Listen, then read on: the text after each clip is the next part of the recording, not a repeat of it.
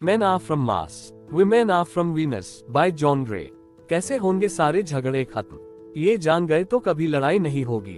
Happy relationship के लिए एक दूसरे को समझना सीखें। पुरुष और महिलाएं अलग अलग तरह से क्यों सोचते हैं। Reasons why couples fight, tricks to make them in love. यह बुक उन बेसिक डिफरेंसेस को डिटेल में बताती है जो एक आदमी और एक औरत के बीच में होते हैं, चाहे वह फिजियोलॉजिकल हो, इमोशनल हो या फिर मेंटल हो। दोनों के बीच में ऐसे कई सारे डिफरेंसेस होते हैं। ज्यादातर यह सब कुछ ऐसे टाइम पर आते हैं जब कुछ ठीक नहीं होता। इससे फिर रिलेशनशिप में टेंशन आती है। यही टेंशन दो लोगों के दिल के टूटने की वजह बनती है। रिलेशनशिप आपका चाहे कितना ही पुराना क्यों ना हो, आपकी शुरुआत चाहे कितनी ही अमेजिंग क्यों ना हो, इस बात को कोई फर्क नहीं पड़ता, क्योंकि जब रिश्तों में खटास आ जाती है तो आपस में दूरियां बढ़ने लगती हैं। जॉन ग्रे का कहना है कि 7 सालों तक इस बारे में कई डिस्कवरी करने के बाद वह इस बुक को लिख पाए। इन सालों में उन्होंने अपनी मैरिड लाइफ में से कई ऐसी वजहों को दूर किया जिनसे उनकी मैरिड लाइफ बर्बाद हो रही थी। यह एक सिंपल इंसिडेंट की वजह से हुआ जो कि अचानक उनके साथ हुआ। कुछ ऐसा हुआ कि एक दिन उनका ऑफिस में बहुत ही बेकार गुजरा। सब कुछ गड़बड़ था। जब वह अपने काम से गुस्से में परेशान होकर घर आए तब उनकी पत्नी ने दिन भर की शिकायतों का पिटारा उनके सामने खोलकर रख दिया, क्योंकि उसका दिन भी काफी टफ गुजरा था। एक हफ्ते ही पहले उनकी बेटी हुई थी। इन दिनों उनकी वाइफ को काफी पेन रहता था। उसकी पेन किलर की गोली खत्म हो गई थी। वह दर्द से इतना ज्यादा परेशान थी, उनके आते ही सारा गुस्सा फूट पड़ा। वह भी दिन भर ऑफिस की चिक से भरे बैठे थे। वह भी उन पर जोर से चिल्ला पड़े, काफी कुछ बोल दिया। गुस्से के कारण वह घर से बाहर जा ही रहे थे, तभी उनकी पत्नी उनसे रिक्वेस्ट करने लगी थोड़ी देर के लिए उनका हाथ पकड़कर उनके साथ बैठ जाए। तभी उन्हें अंदर से कुछ फील हुआ। वह जब उनका हाथ पकड़कर उनके सामने बैठे तब उन्हें लगा जैसे कोई जादू हो गया। उनकी सारी टेंशन पल भर में गायब हो गई। उनके माइंड में घंटी बजी। फिर डीप स्टडी, रिफ्लेक्शन और रिसर्च के बाद उन्होंने अपनी यह बुक लिखकर दुनिया के सामने रखी। वह प्राउडली कह सकते हैं कि इस बुक ने हजारों कपल्स की लाइफ को चेंज किया है जो एक कड़वाहट से भरी मैरिड लाइफ को जी रहे थे। इस बुक को पढ़ने के बाद वह एक हैप्पी, पीसफुल और प्रोग्रेसिव लाइफ जी रहे हैं। कल्पना कीजिए कि पहले विमेन वीनस पर रहती थी और मेन मार्स पर। एक दिन मार्स वासियों ने दूरबीन से देखा कि वीनस पर विमेन रहती हैं, तो उन्होंने एक अंतरिक्ष यान बनाया। उसमें बैठकर वह वीनस ग्रह पर जा पहुंचे। वीनस वासियों ने मार्स के लोगों का दिल खोलकर स्वागत किया। फिर वह दोनों एक दूसरे से प्यार करने लगे, एक दूसरे की पसंद नापसंद को समझने लगे, एक दूसरे के बीच के डिफरेंसेस को समझने लगे। सब सही चल रहा था कि तभी उनकी नजर अर्थ पर पड़ी, जो बहुत खूबसूरत नजर आ रही थी। उन्होंने फैसला किया कि हम जाकर अर्थ पर रहेंगे। वह दोनों मैन और विमेन अंतरिक्ष यान में बैठकर पृथ्वी पर आ गए। पृथ्वी की हवा का उन दोनों पर ऐसा असर पड़ा जिसकी वजह से उन दोनों की याददाश्त चली गई। उन्होंने एक दूसरे के बारे में जो भी जाना और सीखा था वह सब भूल गए, यहाँ तक कि वह यह भी भूल गए कि वह इस ग्रह के नहीं है। दोनों अलग अलग ग्रह से आए हैं। तब से मेन और विमेन के बीच रिलेशनशिप में लड़ाई होती रही, क्योंकि हम चाहते हैं कि हमारा पार्टनर हमारे जैसा बने। जैसा हम भी रिएक्ट और बिहेव करते हैं वैसा ही वह भी करें। हम मेन और विमेन के बीच के डिफरेंसेस को नहीं समझते, जो सभी के अंदर नॉर्मल और नेचुरल है। हम अपने पार्टनर से डिमांड करते हैं, उनको जज करते हैं, क्रिटिसाइज करते हैं, यहाँ तक कि उन पर गुस्सा भी होते हैं, लेकिन थोड़ा सा समय नहीं देते उनको समझने के लिए। अगर मेन और विमेन एक दूसरे के बीच के डिफरेंसेस को सम्मान दें, स्वीकार कर ले, तो उन दोनों के बीच के झगड़े खत्म हो जाएंगे। उनके बीच बहुत ज्यादा प्यार बढ़ जाएगा। इन्हीं अंतर व डिफरेंसेस को समझाने के लिए इस बुक को लिखा गया। चैप्टर 1। उन्होंने अपनी किताब की शुरुआत इस थॉट से की है, हम सबको इस बात पर बिलीव करना शुरू कर देना चाहिए कि आदमी प्लैनेट मार्स से आए हैं, जबकि औरतें प्लैनेट वीनस से। जब मैन ने विमेन को प्लैनेट वीनस पर डिस्कवर किया तब वह मार्स से वीनस पर उतर आए। फिर दोनों साथ में अर्थ पर रहने लगे। दोनों के बीच का यह डिफरेंस इतना ज्यादा बड़ा है कि दोनों को एक दूसरे से खास एक्सपेक्टेशन और बिहेवियर की उम्मीद कम कर देनी चाहिए। हम यही एक्सपेक्ट करते हैं कि हमारा ऑपोजिट सेक्स हमारी तरह ही बिहेव करेगा, जो कि पॉसिबल नहीं है, क्योंकि हम फंडामेंटली एक दूसरे से डिफरेंट हैं। तो जाहिर सी बात है कि बिहेवियर भी डिफरेंट होगा। Chapter 2, mister fix it and the home improvement committee. Main के बारे में ज्यादा शिकायत यह करती है कि मेन हमारी सुनते नहीं हैं। वहीं मैन विमेन के बारे में ज्यादा शिकायतें करते हैं कि विमेन हमें बदलने की कोशिश करती हैं। जहां मैन काबिलियत एबिलिटीज में इंटरेस्ट रखते हैं, वहीं विमेन फीलिंग्स में ज्यादा इंटरेस्ट रखती है। मैन को अपनी काबिलियत दिखाना पसंद है, इसलिए जब विमेन अपनी समस्या उनके सामने रखती हैं, तो वह एकदम से उन समस्याओं का समाधान उनको ढूंढ कर देते हैं, ताकि उनकी पार्टनर फिर से खुश हो जाए। इस तरह मैन अपना प्यार व परवाह विमेन को दिखाते हैं। लेकिन मैन यह नहीं समझ पाते कि अगर विमेन उनको अपनी समस्या बता रही है, तो इसका मतलब यह नहीं कि वह तुमसे सल्यूशन या समाधान चाहती है। उनको बस कोई ऐसा इंसान चाहिए जो उनकी पूरी बात सुने और इमोशनली सपोर्ट करे।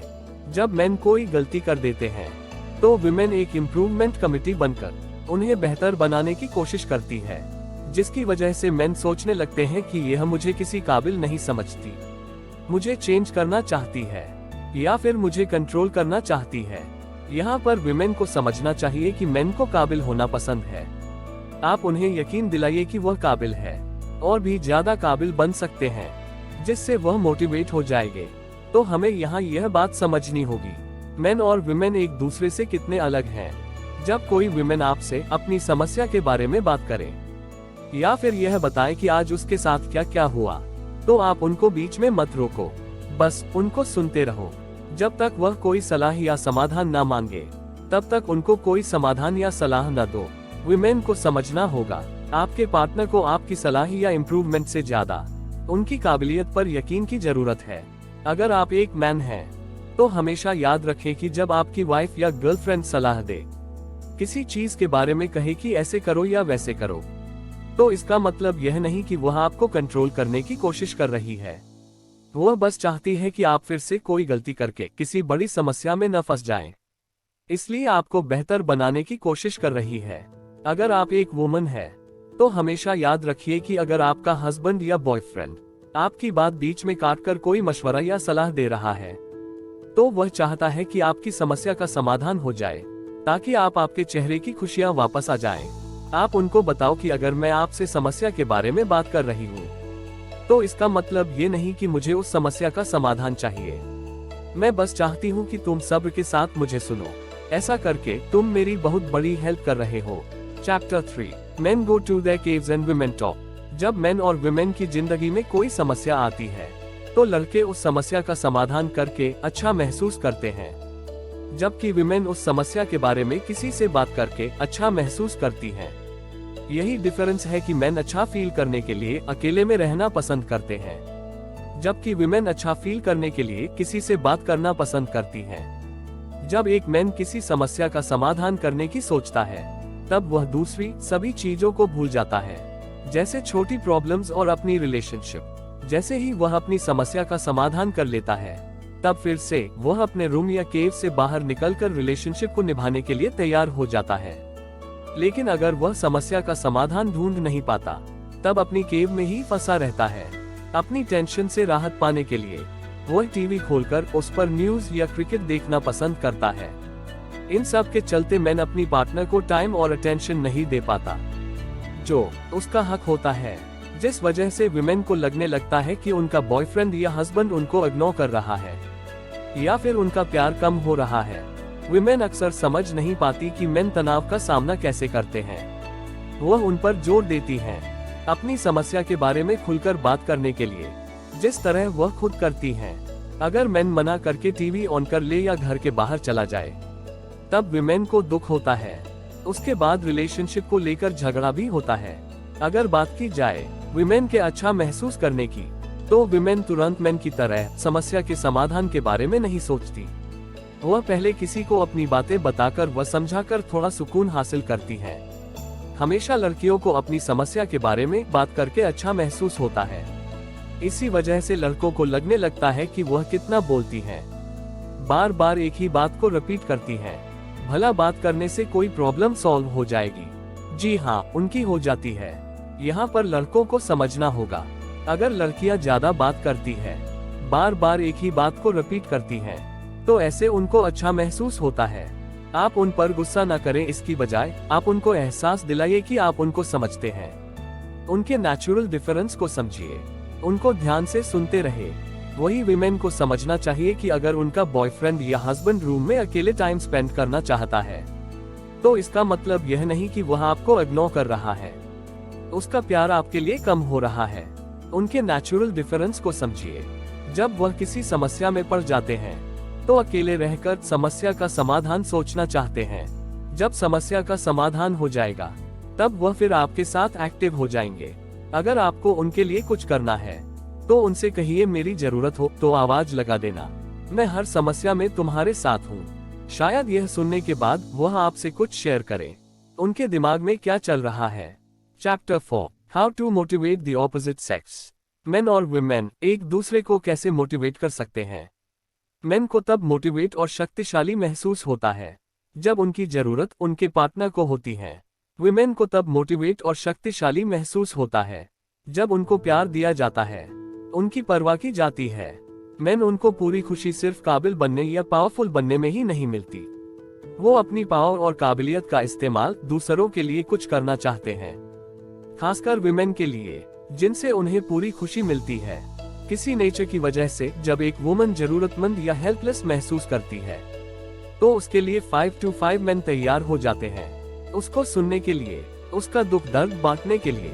वही बात की जाए वुमेन के मोटिवेशन की। जब वुमेन परेशान, हेल्पलेस, कंफ्यूज होती हैं, तब उनको अपने करीबी लोगों की जरूरत पड़ती है, जो उनको यह महसूस करा सके वह अकेली नहीं है। उन्हें किसी के प्यार की और परवाह की जरूरत होती है। वुमेन तब तक मोटिवेट रहती हैं जब तक उनको यह महसूस होता रहता है कि वह प्यार के लायक हैं। उनको प्यार कमाने की जरूरत नहीं है, वह आराम कर सकती हैं, कम वैल्यू देकर ज्यादा वैल्यू ले सकती हैं, वह यह डिजर्व भी करती हैं। यहाँ पर समझने वाली बात यह है, अगर आप एक मैन हो, तो अपने पार्टनर को समय समय पर एहसास दिलाते रहो कि आप उनसे प्यार करते हो, हर पल उनके साथ हो, उनकी परवाह करो, वह सारे दूसरे काम करो जिनसे उन्हें खुशी मिलती है, जैसे उनको गिफ्ट देना। वुमन के लिए ध्यान में रखने वाली बात यह है कि आप अपने बॉयफ्रेंड या हस्बैंड से कोई भी ऐसी बात मत करो जिससे उनको महसूस हो कि वह काबिल नहीं है। यह आपको उनकी जरूरत नहीं है। समय समय पर अपने पार्टनर को उनकी काबिलियत पर यकीन, आपको उनकी कितनी जरूरत है, इसका एहसास दिलाते रहो। Chapter 5, scoring points. चाहे गिफ्ट बड़ा हो या छोटा, वुमेन उसके लिए एक ही पॉइंट देगी, लेकिन मेन बड़े गिफ्ट के लिए ज्यादा पॉइंट देते हैं। उदाहरण के लिए, अगर डिनर 5 स्टार होटल में हो, तो उसके लिए वह एक ही पॉइंट देती है, लेकिन अगर डिनर के साथ लव टेक्स्ट और एक कॉम्प्लीमेंट हो, तो उसे 3 पॉइंट मिलेंगे। वुमेन ज्यादा खुश होगी। Conclusion, little things count for women. Chapter -6, how to avoid argument. जब मेन सब्जी लेकर घर आता है, तो वुमेन कहती है, आज आप सब्जी बिल्कुल अच्छी नहीं लाए। इस पर मेन कहता है, इतनी बुरी भी नहीं लाया। तब वुमेन कहती है, यह देखो कैसे बनाऊं इसे, इतनी बुरी तो है। मेन तब कहता है, तो मुझे भेजा ही क्यों। यह कॉन्वर्सेशन आगे चलकर आर्ग्यूमेंट बन जाता है। वुमेन को यह बोलना चाहिए, सब्जी अच्छी नहीं मिल रही क्या आजकल। वुमेन को मेन की एबिलिटी पर चोट नहीं करनी चाहिए, या फिर मेन को स्टेटमेंट को वैलिडेट करना चाहिए। हाँ, सब्जी इसलिए अच्छी नहीं लाया क्योंकि सब्जी अच्छी नहीं मिल रही है। Chapter 7, both speak different languages. Main और वुमेन दोनों की स्पीकिंग लैंग्वेज बिल्कुल अलग होती है। उदाहरण के लिए, अगर मूवी देखने जाना है, तो मेन कहेंगे, बहुत दिन हो गए मूवी देखने नहीं गए, आज बहुत मन कर रहा है, चलोगी आज मूवी देखने। लेकिन यही बात अगर वुमेन कहेगी, तो कितने दिन हो गए, तुम तो अब कभी भी मेरे साथ मूवी देखने नहीं जाते। यहाँ पर मेन को समझना है कि वुमेन असल में कहना क्या चाहती है। वुमेन का बोलने का तरीका मेन से पूरा अलग होता है। वुमेन हमेशा कंपेयरिंग करके या जनरलाइजिंग करके बात करती हैं। इसलिए मेन को वुमेन की बातों को लिटरली न लेकर उसके पीछे छिपी हुई फीलिंग को समझना चाहिए। And thank you so much for listening.